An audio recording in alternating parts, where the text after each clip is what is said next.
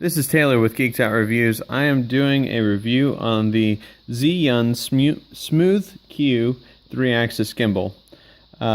It is a gimbal for your phone. For those of you that don't know exactly what a gimbal is, it has three motors on it. And it is supposed to stabilize your phone. A lot of people use them for GoPros. They're mostly on quadcopters. My Phantom 4 actually has a gimbal on it as well, and it is also a 3-axis. I went looking around for a gimbal because, as you can see, a lot of my video reviews are a little bit shaky. This is actually one of them that's probably going to be shaky, and I hope this one will be the last. So I am doing some work on trying to fix that. I did a lot of research, and one of the things that I found is the ones from DJI are incredibly expensive. The one that is just a gimbal just like this, but it has a removable battery, is $299 from DJI. This is $125. There's really not a huge bit of difference. DJI usually has better software, but honestly, I could not justify the $299. So I decided to try this. A lot of people seemed a bit annoyed that a lot of people couldn't seem to figure out a way to use it without the software. You can use this without the software. You do not have to use any specific modes or anything like that. And I'm actually going to show you how to use it without the software. The only downside of using it without the software is right here. Let me try and focus on it. Is a there we go. Well, sort of. This is a W&T, which is usually for changing your zoom. So you won't be able to do this if you're using any normal modes. You can only use this in the app. I don't usually zoom in and zoom out in any of my reviews or anything like that. So I honestly don't care. But other people, they might care and might want this to be something that they can use through the software. So anyways, you can stick this on a tripod.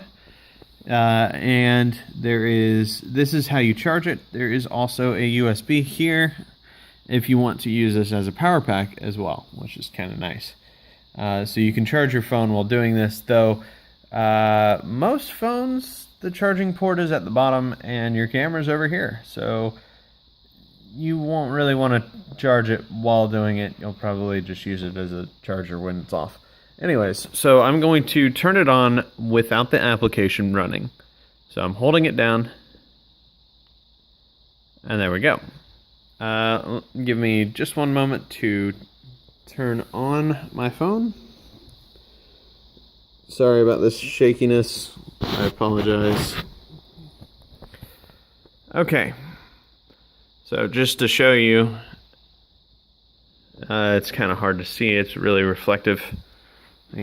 Get out of so much light. Alright. So, as you can see, I'm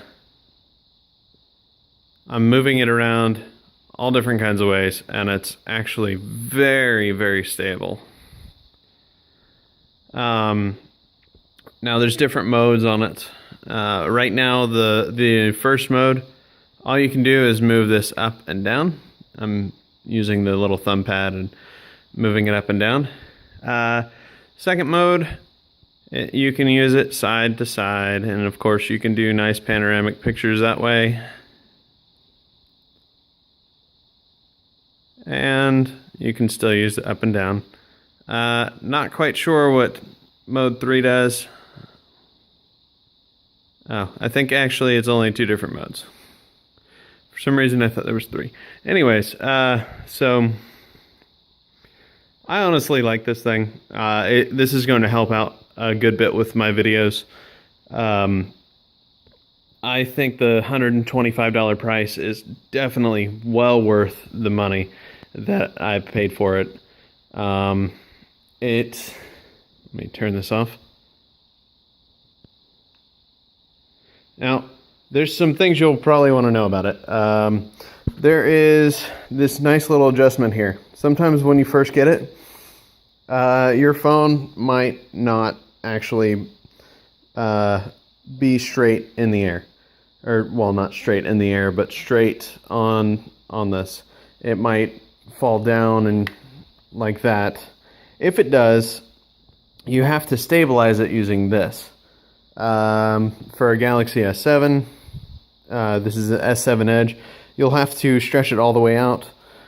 For other phones, it might be different. For smaller phones, it probably will be all the way in. But in order for you to put it away inside its nice little box here, you do have to push this in at the end by unscrewing it first and then pushing it in.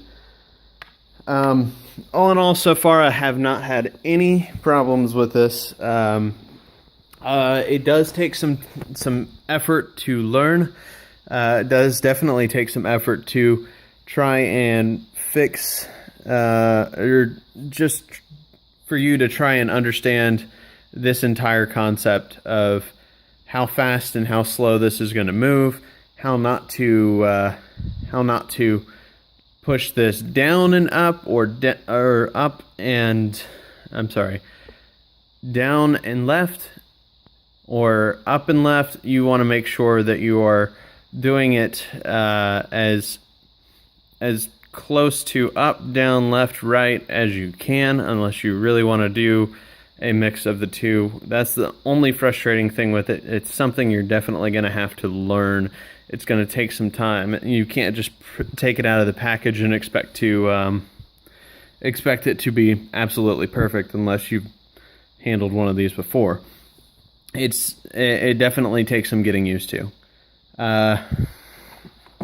It also comes with a micro USB, which is good for charging and, of course, charging your phone from the device. It lasts up to 12 hours. So while the DJI does have the ability to change out the USB, while it has the ability to change the battery, you really don't need it with this. It lasts 12 hours. There's zero reason why you would really need that, especially if you can power it or charge it with a power bank. It's really not a big deal that it does not have a removable battery. It does come in a very nice case. I've taken this to some races, and I was able to film it fairly well and fairly steady. Looks like my time is running out on the video, so I do have to let you know that I really enjoy the product. I plan on using this in all of my other videos, and I again apologize for this video being very shaky, and I hope that all of my other videos in the future are not as shaky, because this is going to be the rig that I'm going to be using. Alright, this is Taylor with Geeked Out Reviews. I hope you enjoyed the review. Thanks for watching.